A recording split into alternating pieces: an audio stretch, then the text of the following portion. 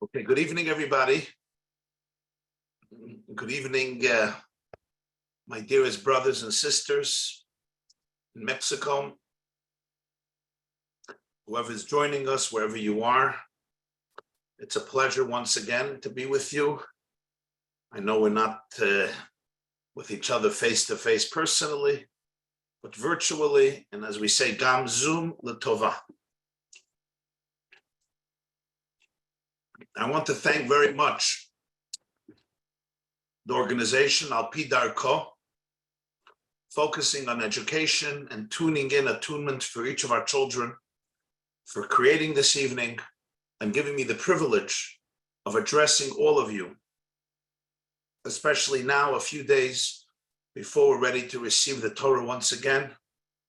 And one of the greatest principles of Torah is to bequeath the Torah to our children. V'limadetem otam et b'neichem l'daber bam v'shinantam levanecha. Teach it to your children, teach it to your grandchildren, teach it to your students, to your disciples. That was always the main mitzvah, one of the great mitzvahs of the Jewish people, to pass it on to the next generation, as Moshe says right when they come out of Egypt. V'higada levincha. And in fact, it's interesting to note that, chinuch, to educate children, is a rabbinic mitzvah. It's not a biblical mitzvah. We educate our children to bench, or to daven, or to put on tzitzis, or to say Shema, or to count Sfiras HaOmer, or to eat matzah, or whatever it is, to light Hanukkah candles, to hear the Megillah. This is all rabbinic mitzvah, to educate our children. The one biblical mitzvah with children is for a father to teach Torah to his child. That's the one mitzvah min ha-Torah. So it's very apropos that as we stand tonight, just 2 nights before the holiday of Shavuot, Zman Matan Toratenu, the day where we receive the Torah, we are talking about this critical component in our lives, about connecting, inspiring, and empowering each and every one of our children, our daughters, our sons, our grandkids, our students, and our disciples. So thank you, everybody, for being here. I'm going to speak, and then we're going to open the floor to questions. So you have on the Zoom, you have chat. You have chat, and you could put in your questions. If you want to ask them verbally, I'm fine. If somebody wants to ask so we can hear you, or you want to write them, and I'll take questions at the end.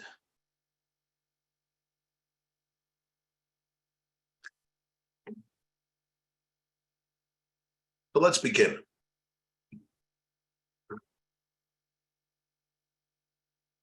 Sometimes we make a mistake. And we're all capable of making this mistake. It's a very normal mistake. And that is, we think, what is education? What is chinuch? I want my child to do X, Y, and Z, or not to do X, Y, and Z. What happens if I'm not successful? My child doesn't want to.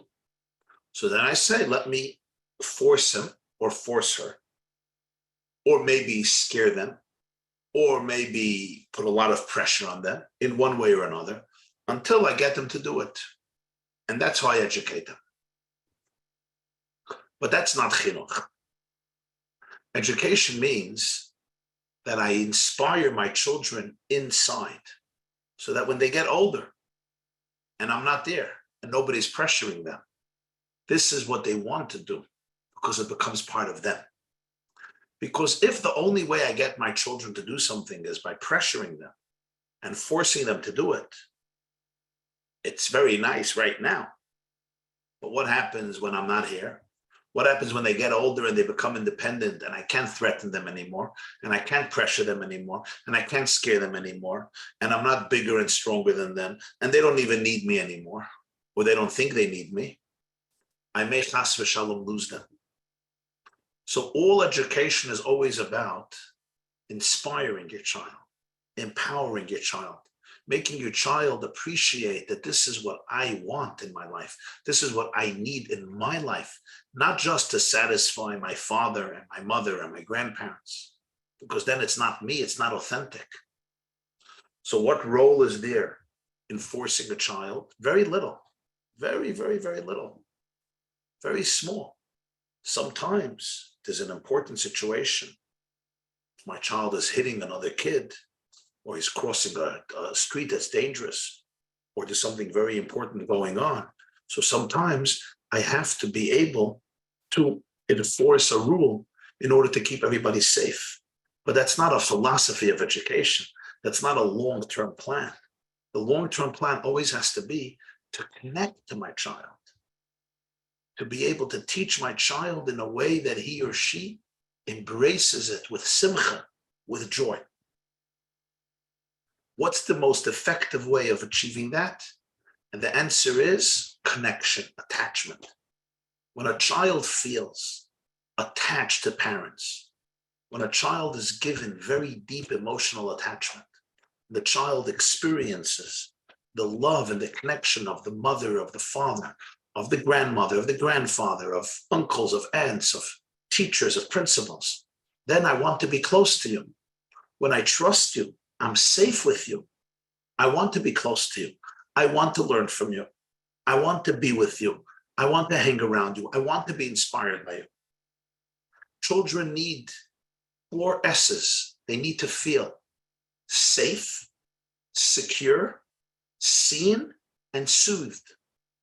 And when a child has that healthy, strong attachment, then they can grow up to become independent people and always want to remain close to those from whom they receive that security. But if a child does not experience that attachment, instead the child does not feel safe with me. The child doesn't feel that they could be open with me. The child doesn't feel unconditional love. The child doesn't feel safe and secure in my presence. The child doesn't feel that they really, really belong and feel connected. The child doesn't feel that they're allowed to be themselves, fully themselves, authentic in my presence. The child doesn't feel that they're valued and they're worthwhile and their being is valuable and their existence has absolute and non-negotiable dignity. Then there's a lot of pain in the relationship. When attachment is wounded, it's very hard for the child later on in life, because what we need more than anything else is that feeling of connection. And that's why, if I want to really educate my child in Yiddishkeit and inspire my child, if what I do is, I think that by scaring them, it's going to work, and then they'll already shape up. If they don't feel the connection, and the discipline is coming instead of connection, it's going to be often counterproductive. It's going to have the opposite effect. Now, people sometimes say, look at me. I did whatever my parents wanted. Why can't my children do whatever I want? But the truth is, our children are teaching us something. They're teaching us that they want to live authentic lives. They want to have a real relationship with us. They just don't want to do things because father and mother said, even though they don't feel it, they don't connect to it, they don't understand it. They want a deeper relationship with ourselves and with Yiddishkeit. So it demands from us to be much more worked out, to be much more authentic. I heard the other day a video. Very famous doctor and healer, a specialist on trauma, Dr. Gabor Mate, who's a Jew, he's a Holocaust survivor. And he's the author of a famous book, The Myth of Normal. And he said something very powerful, sad but powerful. And he said that he has a son when he was 3 years old. This boy was sitting in his house at Dr. Gabor Mate's birthday party. And he smacked the boy in the face. Why? Because the boy said, I'm not singing happy birthday. It was time to sing. happy birthday to daddy. And the boy said, I'm not singing happy birthday. He was 3 years old. So his father told him, this great doctor, if you don't sing happy birthday, you don't get the birthday cake. So the child said, okay, I don't need your birthday cake. I'm not singing. I'm not getting the birthday cake. So he slapped his child across the face for refusing to sing. That's the end of the story. Today, he's an older man. He was born when the Nazis occupied Hungary. He was a little baby and his mother gave him up. And he suffered from terrible trauma because of it. So this is what he says. He says, why did I smack my child? He says, because as a child, I didn't feel loved. I didn't feel that I deserved love. I didn't feel that I was worthwhile and capable of having love. I felt that I was a worthless person, and my whole life I was looking for validation. I was looking for people to love me. So I needed that child to sing happy birthday to me so that I should feel like a father who's loved. And when he didn't sing happy birthday, I smacked him across the face because I was a baby. I was a child trying to get my son to love me. Instead of realizing that he's just a 3-year-old child who doesn't want to sing happy birthday. Big deal. Big deal. He's not singing happy birthday. But he says, I was the baby. I was the one who wasn't healed. I was the one who was sick. And I was imposing that on my child. He says, I wasn't a father taking care of my child. I was a baby smacking another baby. I love that story because it teaches us so much about what real education is. Real education is much more about self-awareness than it is about focusing on my child. It's noticing what I am doing, how I am responding to my child's behavior, how I am responding to my child's abstinence, how I am responding to my child's moods. When your son or your daughter tells you something and it triggers you in a very intense way and you're feeling a lot of anxiety and anger and nervousness and nauseousness and you want to holler or scream or run out of the house or smack or punish or penalize, I want to say to you, my dear parents, take a deep breath and be curious. Ask yourself, wow, what just happened inside of me? What did this child make me feel that turned me into such an angry human being? What just happened that I right now am about to lose myself in rage or in anger, or I want to run away to my bedroom or slam the door or throw my child out of the house? Wow. And you know what will happen? Your child will bring you unbelievable self-awareness. Your child will make you grow up. Your child will help you become the person you're capable of becoming. Your child will turn you into a real mensch. The last prophet, Malachi, in the last chapter of the prophet Malachi, chapter 3, he speaks about the time of Mashiach, and he says, Vehishiv, when Eliyahu Hanavi is going to come, Hineni sholech lechem et Eliyahu Hanavi lefnei bo yom Hashem hagadol v'hanora, vehishiv leiv avot al banim v'leiv banim al avotam. So Rashi explains, he's going to return the heart of the children, of the parents through the children. Vehishiv leiv banim al avotam v'leiv avot al banim al yedei banim. Through the children, the parents will be able to do tshuva. The parents will be able to become much closer to Hashem. The parents will be able to have a much deeper relationship. This is our opportunity today. So when we say that chinuch means really connect, really be there for your child. What does it mean to be there for your child? It means I have to actually be attuned to their needs. Very often, when I'm educating my child, I don't even know what their needs really are. Because if I am in trauma and I am broken, all I want is my child to behave in a way that I could feel better about myself. I'm not there for my children. And you know what? When we say, let our children be like us, we did what our parents are asked, let them just do. Maybe our children are actually trying to live much healthier, and they want us to be healthier. They don't want us just to respond to fear and to do things out of fear and pressure and coercion. They want us to really work on ourselves, to be worked out people, that our relationships with ourselves and with each other and with Hashem and with Yiddishkeit should be deep and authentic and enthusiastic and passionate and celebrated fully. For this, I have to be a worked out person. I have to ask myself, Do I know what my children really need? Can I tune into their needs, to their hearts, to their feelings? Can I really, really appreciate what they're going through? And can I really ask myself not what my children can do for me, but what I can do for my children? For this, I need to be in a very wholesome place. I need to work on myself.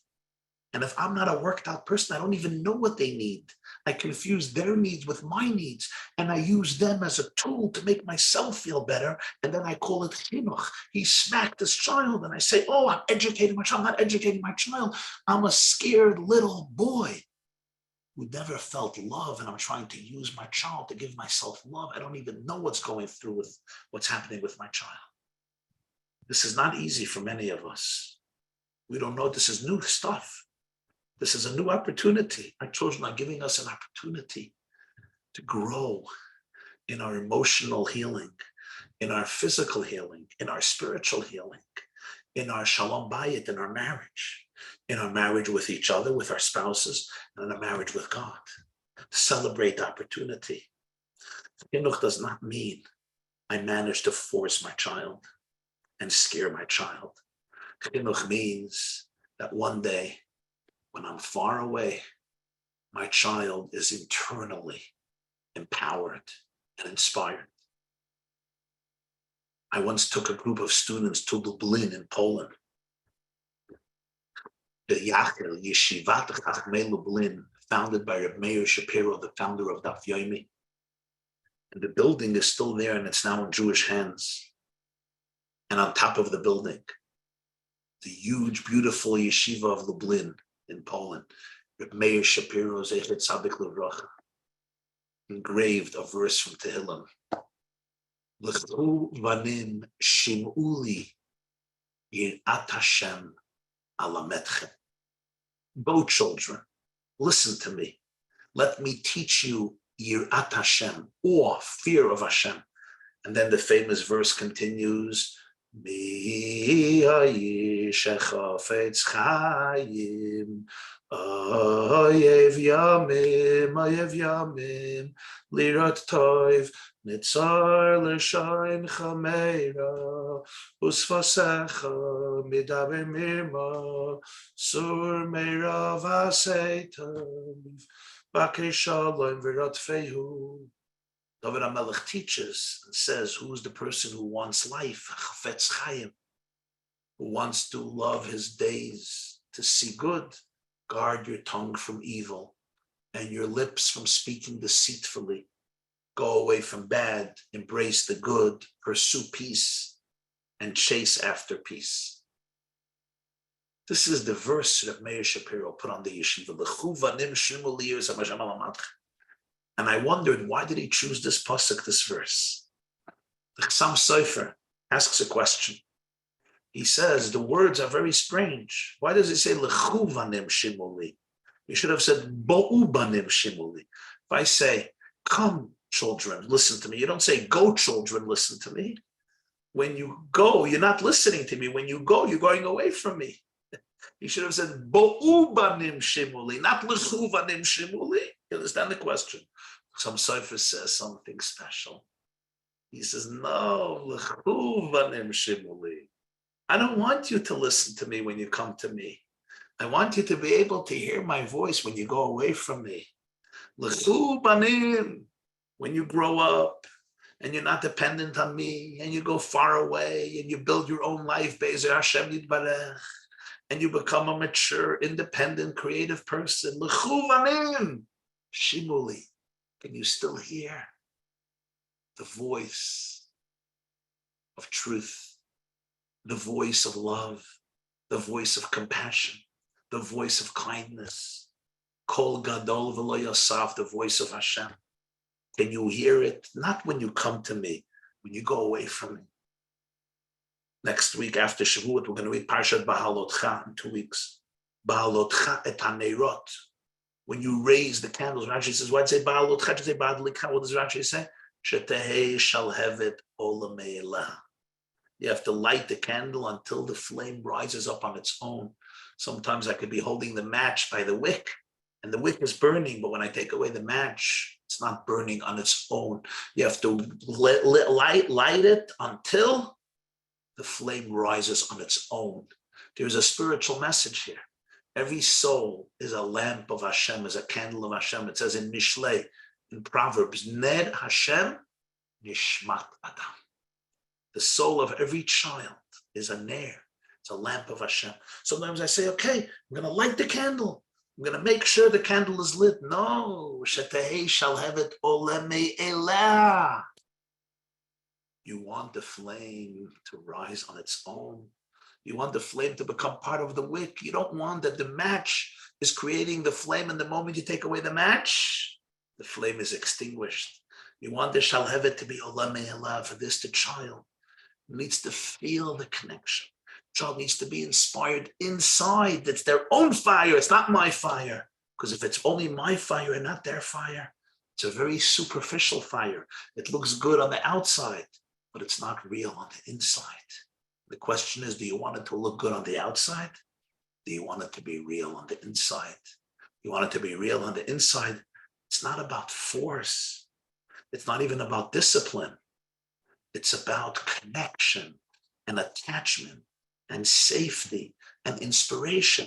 Sometimes we need discipline and structure on a daily basis in order to create a place of safety and predictability and consistency, because children thrive on consistency and reliability and predictability and structure, not on chaos and frivolousness. But the discipline and the structure is there to bring out the best in the child, to make the child feel valued, to make the child feel the celebration of their life. If the discipline substitutes the attachment, it's usually going to be counterproductive. Which now brings me to the next point. I'm just going to fill up my cup with water because my voice is a little parched. Give me one moment.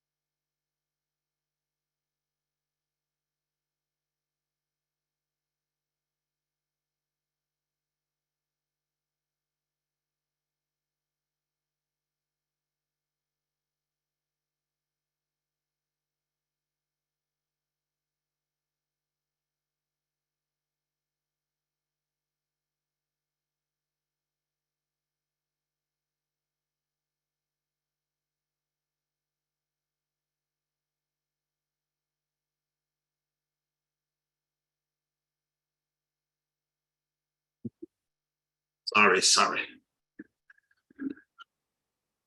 Which now brings me to the next point.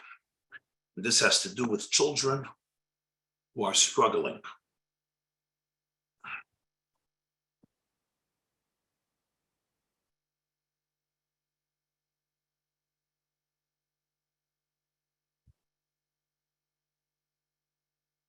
Unfortunately, we live in a generation today where there are many children who are struggling. They may be struggling with difficult emotions, maybe struggling with their studies, be struggling with their parents, be struggling physically, emotionally, psychologically, spiritually. Here's the most important thing to remember. When your child is struggling, they need more attachment, not less attachment. When my child is struggling, just to scream at my child and say, come on, get out of bed, get your life together. If it works, great. But in 99% of cases, it doesn't work. And there's a reason it doesn't work. Because most of these things that the children are struggling with is not that they want to struggle, that they're trying to make a bad choice. They're trying not to be successful in school. They're trying to get their parents angry. In most cases, it's not that the child doesn't want. It's that the child doesn't have the skills. It's not that he doesn't want, it's that he can't. It may not look like it, but that's the truth. Now, you may not always know if it's he doesn't want or he can't. But here's the deal. You want to always err on the side that he wants and he can't. Rather, he can and he doesn't want. And I'll tell you why. If you err on the side of thinking he can't, he's having a challenge, you'll be close to him. You'll have empathy to him. He'll feel your love. At worst, you weren't strong enough. You weren't disciplined enough. You weren't forceful enough. Okay, you made a mistake. But if it's the other way, if he can't, you're accusing him of being lazy or obnoxious or rude or selfish or narcissistic or bad, then you may destroy him. So if I ever have a doubt, I always want to err on the side of giving my child the benefit of the doubt. Imagine if we train our children to run the marathon and everybody's excited. In 6 months, we're practicing and we run every day and it's great. And a few weeks before the marathon, one of the children says, I'm not running. And you reward them with every type of reward. They say, I'm not running. And then you force them and you punish them and they say, I'm not running.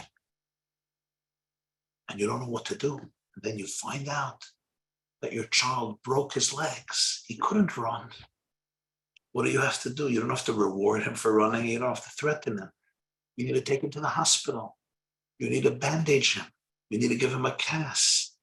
You need to caress him. You need to heal him. And when his 2 legs, God willing, will be healthy, he's going to want to run. We have children who are struggling. They can't always run. And we're screaming at them and we're forcing them. And we say, oh, they're just lazy. Maybe, but maybe not. Maybe there's a pain there. Maybe there's a real struggle. And maybe they need more attachment and more connection and more empathy so that they can heal. This is not because you don't care about what they're doing. It's because you really want to help them. You don't want to let out your anger and frustration without helping them. There's a yeshiva in Waterbury, Connecticut. The head of the yeshiva is a close friend of mine, a very, very special man. His name is Rabbi YY. And I heard from Rabbi YY a story about his son.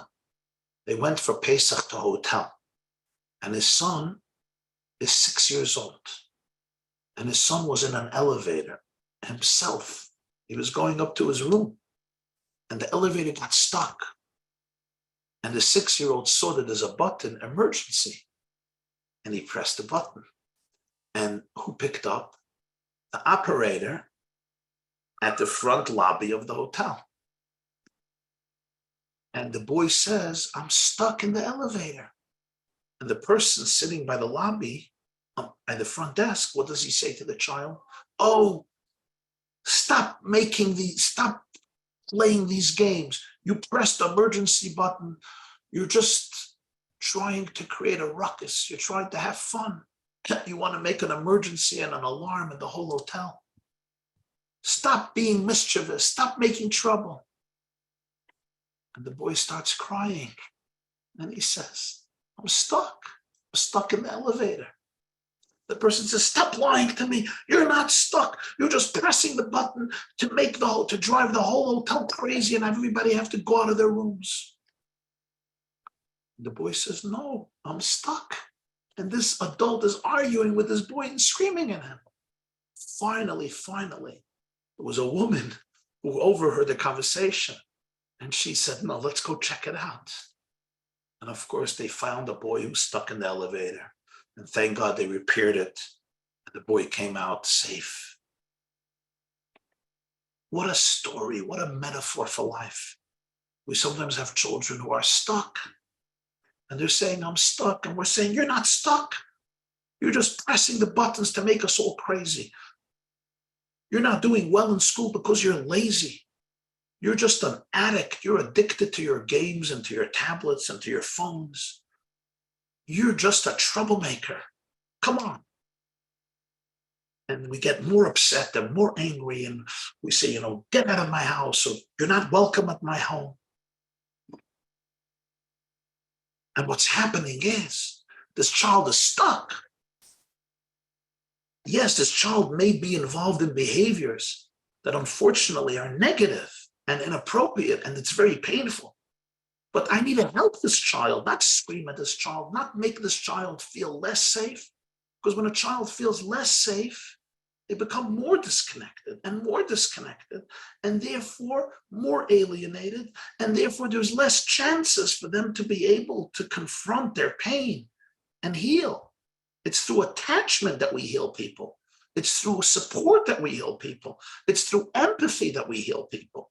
It's through love that we heal people. It's through relationships that we heal people. Lo tov heyota adam levado. The first thing the Torah says is not good. It's not good for Adam to be alone. We all need support. We all need people whom we can trust. We all need people whom we can open up to. We all need people who are empathetic with us. We all need people who can create space and contain space for our pain and our struggles.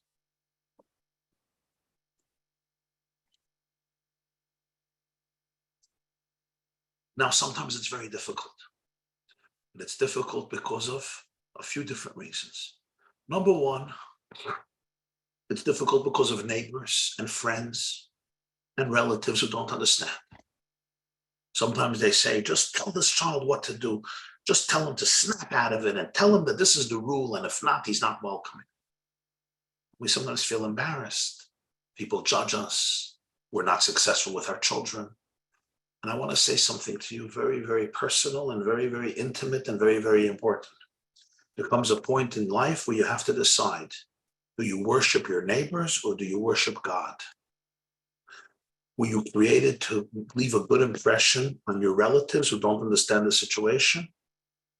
Or does Hashem want you to take care of your children? Make that choice. Make it early on, because your children will suffer much less. People who are busy doing things with their children just to impress other people and to please other people, and to avoid confrontation and to feel validated by people who don't care much or don't know much, or both, is a great crime against our children. Which brings us to a second point. And that is, when you're asking advice, make sure you're asking advice from people who are experienced in this sugya, in this area. I don't go to a dentist for cardiology issues.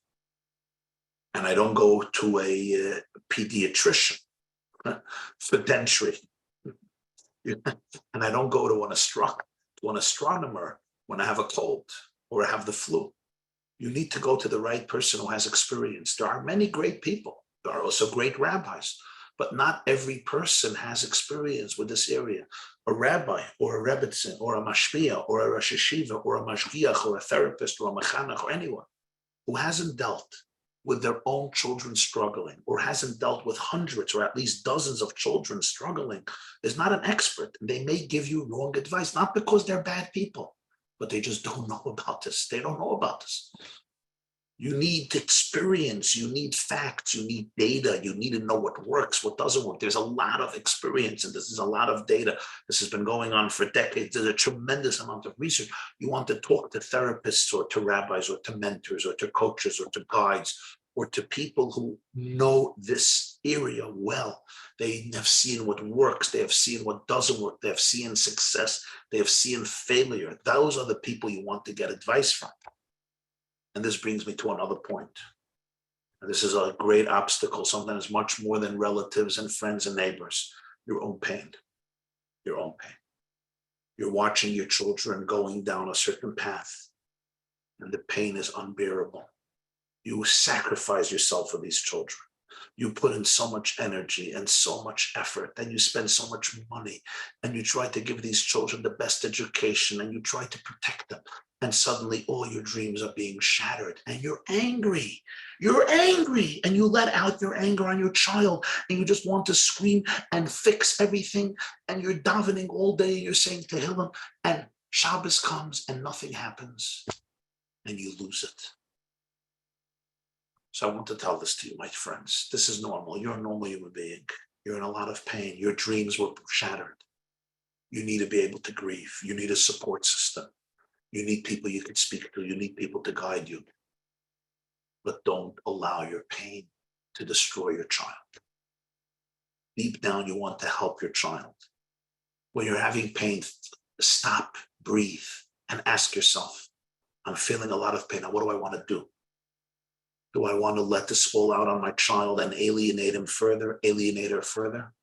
Or do I actually want to bring my child closer to me? And then you'll make the right decision. But you need a place to be able to feel your pain and experience your pain. You need people who support you. You need people you can be open with. You need people with whom you can cry. You need people in whose presence you can cry. You need people with whom you can grieve. There's grief work to be done. Your family is not turning out the way you wanted it, the way you planned it. I get it, we get it. It's hard, it's painful. But now ask yourself, what am I going to do with this pain? Am I going to turn my child into the target of my pain and use him as a release? And what happens? He feels less safe, less attached, less connected, and less understood. And therefore digs more into his trauma and his brokenness. Or not. Because this is the foundation that we have to understand. In most of these situations, there is something very painful going on. The child may have trauma with capital T or trauma with regular T. The child may have been abused, or the child may just have difficult challenges that doesn't come from abuse, but may be internal. There may be developmental trauma. The child may have been bullied. The child may be dealing with mental anguish. The child may have not received the emotional connection. They were emotionally neglected. Child may have been emotionally bullied, verbally bullied. The child may have experienced a lot of pain, maybe in school or in the classroom. This child may be suffering from something. Child may be carrying something. And connection is what's always necessary. Here's the rule. You don't want that your child should be able to say, my father is a crazy person, my mother is a crazy person. You want the child to be able to be forced to be able to look at themselves. As long as they can hit their mother as their enemy or their father as their enemy, they can always say, you're making me crazy. You're making my life miserable. The moment that excuse is gone, you're their best friend. You're there for them. They're like, oh my God, my parents are the best people around. Now, one day they're going to be challenged to look in the mirror and say, wow, I'm still miserable. I guess it's not my mother. It's not my father. Who is it? Oh, it's me. There's something inside of me. And that's when healing begins.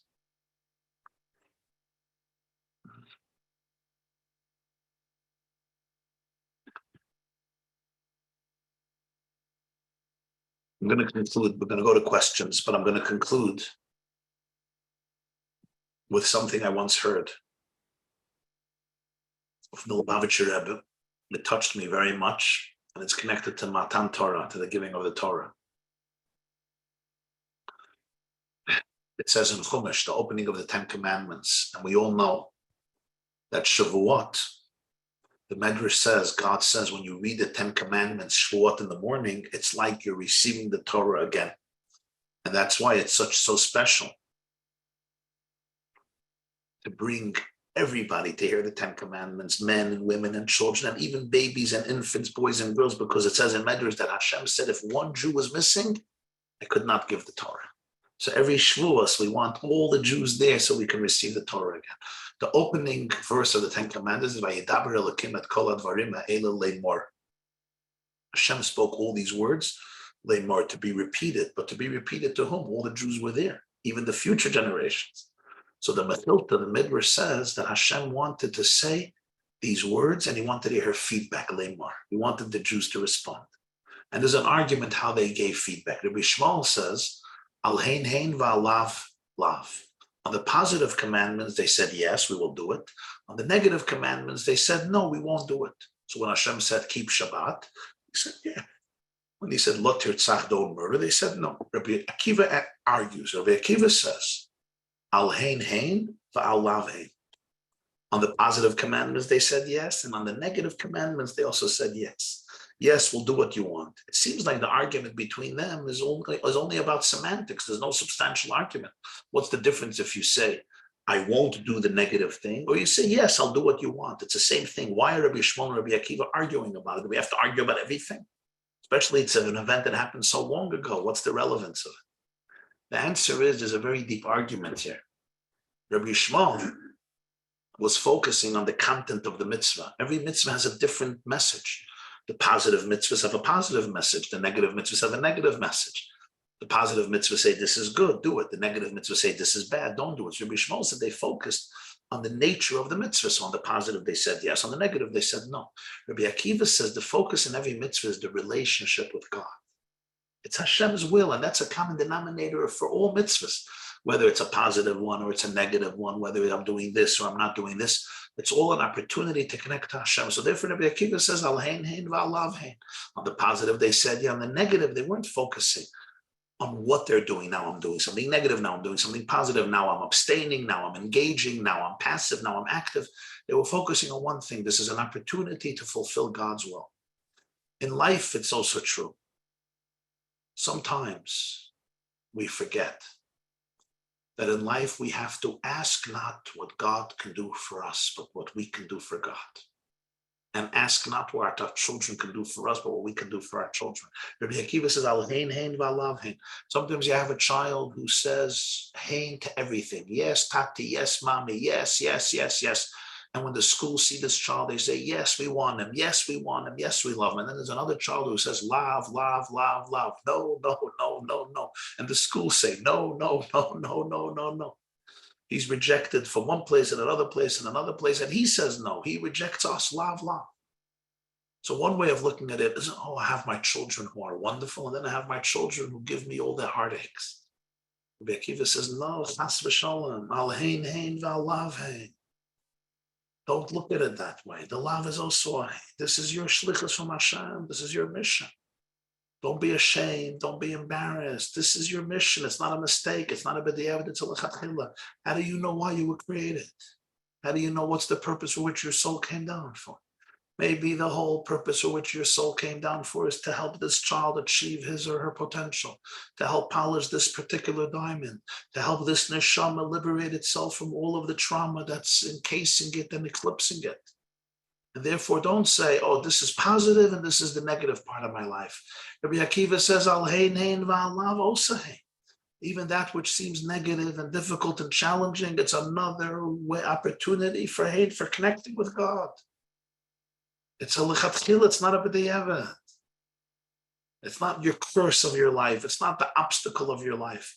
We sometimes say, these children are the obstacles in our lives. They're not the obstacles of your life.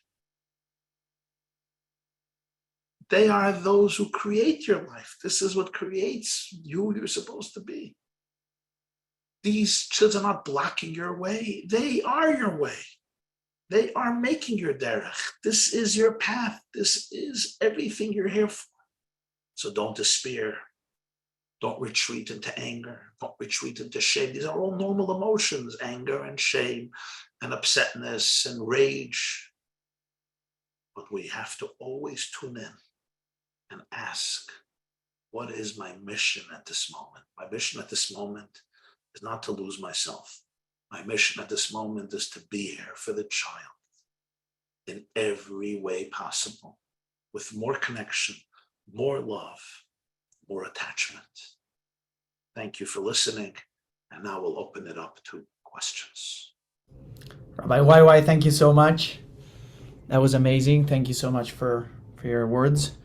I will just say in Spanish, I will explain to people how we're going to handle the questions, and then we will proceed to asking some questions that people have already submitted to us.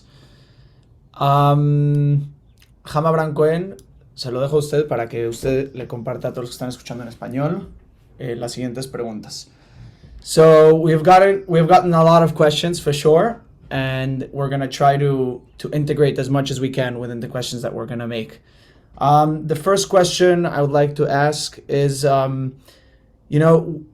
our relationship with our children start from somewhere, and people want to know, where do they start? People have normal lives, everywhere, each one, wherever they are, they want to start having better relationship with their kids? Where do they start? It obviously depends on the age, but the general answer to that is, where do you start? You start wherever the child is, and you connect from where the child is. One child, play with them baseball every day, or football, or soccer, or go on a hike once a week, or barbecue together, or go bowling together, or go pizza together. If they want to learn together, daven together, sing together, dance together, do sports together, just bond, whatever it means for that child. One child loves to go shopping, go shopping. One child loves to go to restaurants or pizza or hot dogs, so go do that. Take your child and go on a trip for 2 days. It's a very good idea for a father to take each child and to take some time once a year, twice a year, a whole day with this child, 2 days, 3 days, wherever they want to go. And you just bond casually. Our connection shouldn't just be, what did you learn in school? Oh, nothing? Why aren't you learning anything in school? Shabbat, give me a Dvar Torah. Oh, you don't have a Dvar Torah? Just bond to that child, with that child wherever he is. Maybe play Monopoly together. Maybe play cards, play Uno. Wherever that child is, whatever is age appropriate, you just want to connect. And you want to connect on their terms, not on my terms. On my terms, I'm just happy maybe to learn with my child. My child wants to play football with me. My child wants to sit on the floor with me and play in a sandbox, or plant potatoes, or plant cucumbers, or go horseback riding, whatever it means. The same is true around the Shabbat table. Connect with the children wherever they are. It doesn't have to look a certain way. Don't feel pressure that they have to fit into a certain box. You go into their world. And suddenly they feel the presence of their father. They feel the presence of their mother. They feel your emotional connection. They feel that when they come into the room, you're excited. You want to be with them. You're thankful for them. You're grateful for them. You value them. And you spend time with them. If I'm sitting by supper on my phone, and then I take them to bed again, I'm on my phone. And when they come home, I'm on my phone. And I say, yeah, what do you want? What do you want? What do you want? There's no connection. There's no relationship. I was in a restaurant in Florida. I went out to eat with my wife. And near me, there was a table, and there was a father and a mother and a son and a daughter, and everybody was on their phone. Nobody was talking to each other. What a disaster. What a disaster. We have to connect to these kids. We have to connect, whether it's a 2-year-old or a 4-year-old or an 8-year-old or a 13-year-old or a 17-year-old. But just connect, and connect based on their interest and their passions. Now, in the beginning, they may not trust you. They're like, no, I don't want to do anything. Don't get upset. Stay present. Try harder. Come up with different ways. Children feel your emotions, and when you're present, they will show up.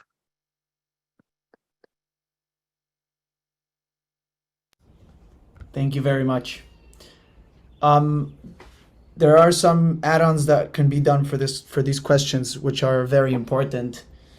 To what point do we have to, play along, or not even play along? Even when it becomes real, to what point does this get? What is there something where you draw a line or not, and how to do that? And the second part of the question is, there's a lot of emphasis to the child. What about the parent? A lot of the parents are feeling so bad already with themselves that, just letting them know that, they have to really resource all these insights from themselves and bring them to their kids. I mean, I would like to dig a little more in there. What's happening is that suddenly we realize that we're children and we never got this love. That's what you're saying. We're the babies. So you see, so we have to acknowledge that we're not parents, we're babies. We're a bunch of babies who just want our children to give us love. How pathetic. We want our children to be our parents, because many of us did not have parents who gave us that love. So we want our children to be our parents, and then we get upset at them because they're not our parents. Do you understand what's happening, Ben? That's the tragedy of our generation. And instead of realizing that, we blame our children. Our children are the healthy ones. Our children are saying, we're not your parents, we're your children. Chill out, relax. We're saying, no, No, you're our parents. You make us feel good. You do well in yeshiva, so you could make me feel good. So I have nachas. How pathetic. I'm the baby. I'm the baby. I'm 3 years old. Your child is not 3. I'm 3. My child is not 3. I'm 3. My child is the adult. Now, I'm saying this a little tongue in cheek, but the point is, yes, as adults, we also need help. That's why we support each other. That's why we need groups. That's why we need friends. That's why we need therapists. That's why we need rabbis and mentors who get it, who understand, who can help us. Every one of us needs people in our lives who can help us. And let me say something else. Marriage is very important. When you have children struggling, the husband and the wife have to be very close so you could support each other. Because if the husband and wife don't support each other, it's going to be a disaster. The challenge is going to become 10 times harder. When a husband and a wife are together, you create a powerful fortress, and then you can deal with pain in a much more productive way. When the father and the mother are not getting along and they're blaming each other and they have different ways and they're arguing and the children feed off their arguments and they're split, it becomes much worse. Very important to be able to support each other as husbands and wives. Even if we don't always agree, we have to be able to develop real trust and connection, and then we'll figure out what to do. But you asked a very good question. How far do we go? How far do we go?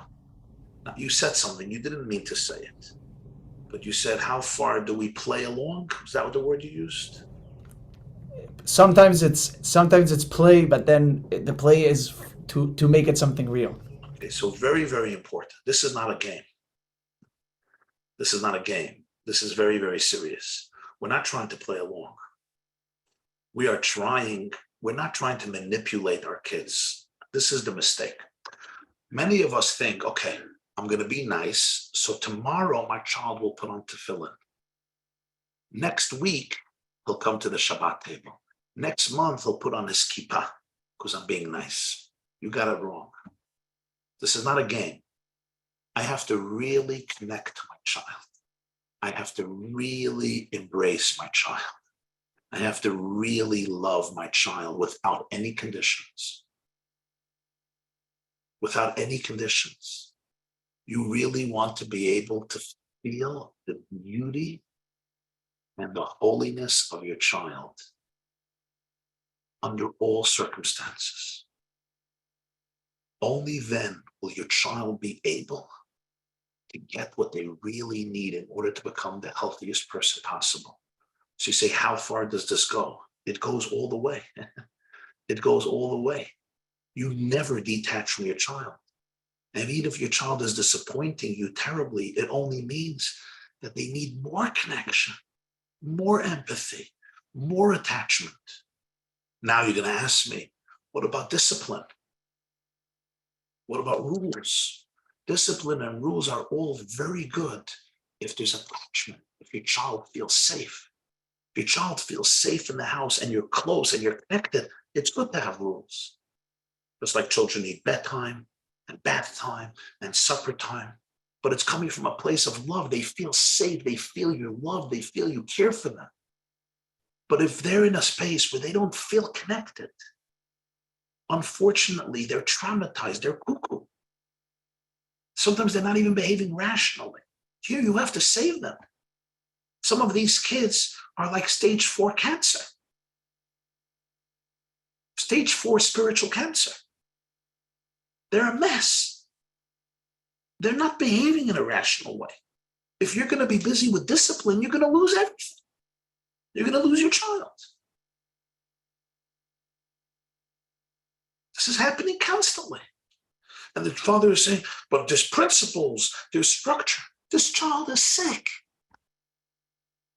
If a child, God forbid, has cancer, what does everybody do? We don't say, oh, if you don't come to the Shabbos table, you're out of the house. This kid is sick. So now you'll ask me, how much do you play along with a cancer patient? You would never use that word with a cancer patient. You play along? We don't play along. We help them. We don't play along. It's not a game. How long? Until they're healthy. We're there all the way. When a child is emotionally sick, it's no different. You have to be there all the way, and you're not playing along. You're healing them. Do you guys understand what I'm saying or not? Until we don't get this, we're missing the whole point. You have to change the CD in your brain. Everybody, we got to change the CD in our brain. We're busy accusing these children. We're busy faulting them. We're busy getting angry at them instead of being busy healing them. How do you heal them? Love, attachment, connection, relationships. Make them feel your love. Make them feel how valuable they are. The Gemara says in Kiddushin Daf Lamed Vav, there's an argument between Rabbi Yehuda and Rabbi Meir. When Jews don't behave like children, are they still considered God's children? Rabbi Yehuda says no. Rabbi Meir says, Ben kach u ben kach atem kruyim banim. You're always called children. And he brings there 4 verses that even Jews who are not loyal and they worship idolatry, they're always called children. Banim le'emun bam, zera mashchisim, they're always my children. Always. The Rashba writes that normally the halacha is like Rabbi Yehuda against Rabbi Meir. In this case, the halacha is like Rabbi Meir. Ben kach u ben kach atem kruyim banim. The Maharal of Prague has a Sefer Tiferet Israel, and he asks, why does the Torah not give us a biography about Avraham Avinu? To tell us why God chose Avraham Avinu. It tells us why Hashem chose Noach. It tells us about Moshe Rabbeinu, his leadership qualities, standing up for the victims. It tells us about Shimshon. It tells us about Yehoshua. It tells us about Shmuel. It tells us about Elisha. Why doesn't it give us a little bio about Avraham Avinu? Not a word. And the Maharal says so that you shouldn't think that God chose the Jewish people because of their virtues. He wants to show you that the choice was unconditional and absolute and non-negotiable, and there's nothing you can do to make you lose it. And that's our relationship to our child. You want to be able to celebrate the infinite holiness of your child that is always there and nothing can destroy it. Every Jewish soul is a chelik Eloka mimal mamish. That's how the great Kabbalists and mystics and Rishonim and Achronim describe a soul. A chelik Eloka mimal, and the Balatanya adds the word mamish. Literally a piece of God. I always want to be able to see that. I always want to be able to celebrate that. And when I can really, really celebrate it and I can believe in this child, the child will believe in himself and will believe in herself. Thank you very much. Considering that most people live in a world, we wake up, we have to engage in all different kinds of social activities. We live in a world where we're always trying to belong to somewhere. And people are asking about many different scenarios in the social aspect. Kids being bullied in school, teachers being the problem, all different kind of scenarios. You have neighbors, especially the community in Mexico, it's a very tight-knit community. These kinds of problems. How do we get past those barriers, and how can we implement all this better in that situation? 2 things. First of all, I think it's urgent that the community comes together to support each other, because we need support, and the more we can get support from friends and relatives and neighbors, it's amazing. And I think the community needs to open its eyes, like all the communities, because we're not used to this way of thinking. We're used to of whipping our children into shape and saying, just do the right thing and everything will be all right. And suddenly we see it's not working. in most cases, it's just not working. Children are not responding. They're becoming worse. So I think it's time that a community has to open its eyes and say, let's think differently. Let's make it successful. Let's see what works. Let's bring in people to the community who have a lot of experience with this. Let's bring in therapists, rabbis, social workers, activists, leaders, mechanchim, mentors who have experience with this to teach us the model of how to reach all of our children, including the children who are not following the beaten track. And the community should be able to support it and celebrate it and be here for each other so that people feel a support system. People feel that you have empathy for me instead of judging me. That's the point one. But now let me say point number two. You will not always have the whole community supporting you. And it may take some time till everybody comes on board. A lot of people, when they hear my lecture, you know what they say? I'm cuckoo. Rabbi YY has lost it. He's liberal. He's progressive. He forgot about Judaism. He doesn't know about discipline. He wants to destroy all the standards. A lot of people. I'm going to get a few emails. I don't agree with you. The children have chutzpah, and they have us wrapped around their brains. They have us wrapped around in their hands. They do whatever they want with us. So it's important to realize that you may not have the support of your parents or your uncles or your grandparents or your neighbors or your cousins or your friends in shul or the people that you hang out with at lunch or Shabbat dinner or at the wedding. You know, in Mexico, when I was there, I realized that you guys know how to be at a wedding. Over here, people come to a wedding for 5 minutes and they leave. They do you a favor, they stay for a half an hour. In Mexico, you come to the wedding and you stay for 12 hours, you don't budge. That's called social life, that's called connection. Because of that, it's so important to be able to know when you're doing the right thing. And if I know that I'm doing the right thing for my child, I have to say to myself, am I here to serve God? Am I here to help my child? Or am I here to get the approval of people who don't understand? If your main thing is to get approval from the people that don't understand, I feel bad for you and I feel bad for your children. If you can tell yourself, I'm not in the business of pleasing people. I have friends. If they understand and they're sensitive and they're not judgmental and they're curious, I'll explain it to them. But if they're not ready to listen, they're not ready to understand, they just have opinions, they want to tell me how wrong I am, you know what? God bless them. Let me hope that they never know what I know. They should never go through the struggles I go through. Let them remain self-righteous. Let them remain holy.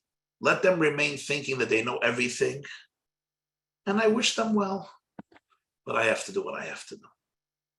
Your priority in life is to be there for your children, not to make your neighbors say that you're a good guy. You got to choose. Sorry. Wonderful. Your real friends will get it if they really care for you. And those who don't really care for you, they just want to judge you. You know what? Maybe it's better not to have such a strong relationship with them. Not terrible. You could be nice, you could be friendly, but if they don't really get it, fine. If they want to judge you, they want to judge you. So they're not really your best friends. Okay. You could still say Shabbat Shalom and have a good day. Nothing wrong. You don't have to be best friends with everybody, even in Mexico.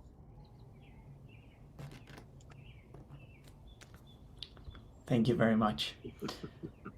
With this, we're gonna conclude. We thank you very much for your time and for your kind words. And thank you very much. We should be able to integrate this and make it part of our lives.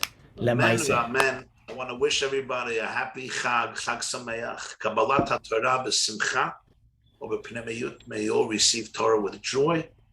and with pnimiyut, which means with a true internalized experience that it becomes part of you. And when we do it with joy and with internalization, we automatically bequeath that joy to our children. We give them that sense of inner pride and inner dignity and inner belonging. Thank you for the opportunity. Thank you for the privilege. And may all of you have tremendous bracha v'atzlacha ad bli dak in inspiring yourself, inspiring your children to be able to do it with menucha, with serenity and tranquility, success and an abundance of blessings, the most revealed and manifested way. Thank you. Amen. Thank you very much. Muchísimas gracias a todos. Que estén muy bien.